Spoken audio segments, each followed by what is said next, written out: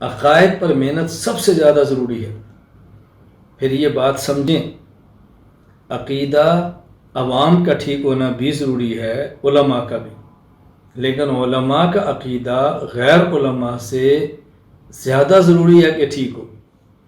اگر ایک مسجد کا امام ہے، 500 مقتدی ہیں، تو ان 500 مقتدیوں کی نماز ٹھیک تب ہوگی جب امام صاحب کی ٹھیک ہوگی۔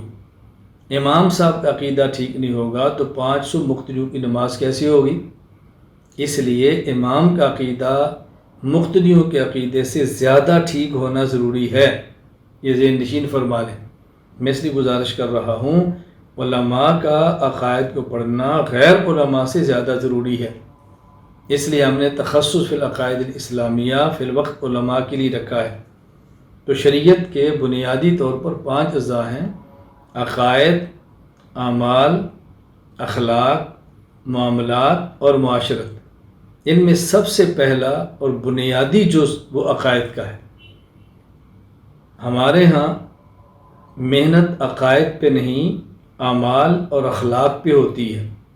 اس پہ جماعتیں بنتی ہیں، اس پہ ادارے بنتے ہیں، عقائد پہ محنت نہیں۔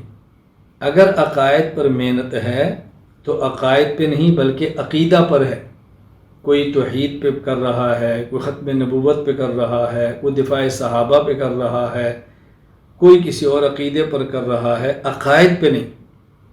اور کوئی ایک عقیدے پر کرتا ہے تو وہ دوسرے بد عقیدہ والے شخص کو برداشت کر رہا ہے، اپنے عقیدہ پر محنت کے لیے دوسرے بد عقیدہ کو برداشت کرتا ہے۔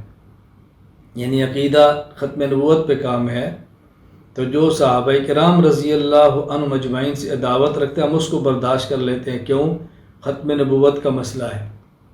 اور بعض لوگ جو صحابہ کرام رضی اللہ عنہ مجمعین کا دفاع کرتے ہیں وہ ان کو برداشت کر لیں گے کہ جو فقہا کے دشمن ہیں اور دیگر بدعقیدگیاں موجود ہیں، کیوں؟ یہ صحابہ کرام کا مسئلہ ہے۔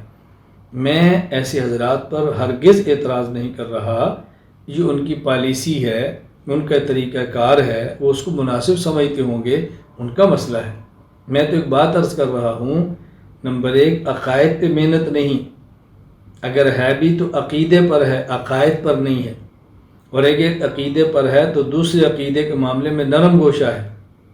ہم نے عقائد پر کام کرنا ہے اور تمام عقائد پر کام کرنا ہے، اور یہ ہم نے ذہن بنانا ہے کہ جو شخص دین کا دشمن ہے وہ ہمارا دشمن ہے، خواہ وہ چھوٹا ہو خواہ وہ بڑا ہو، یہ ذہن نشین فرما لیں۔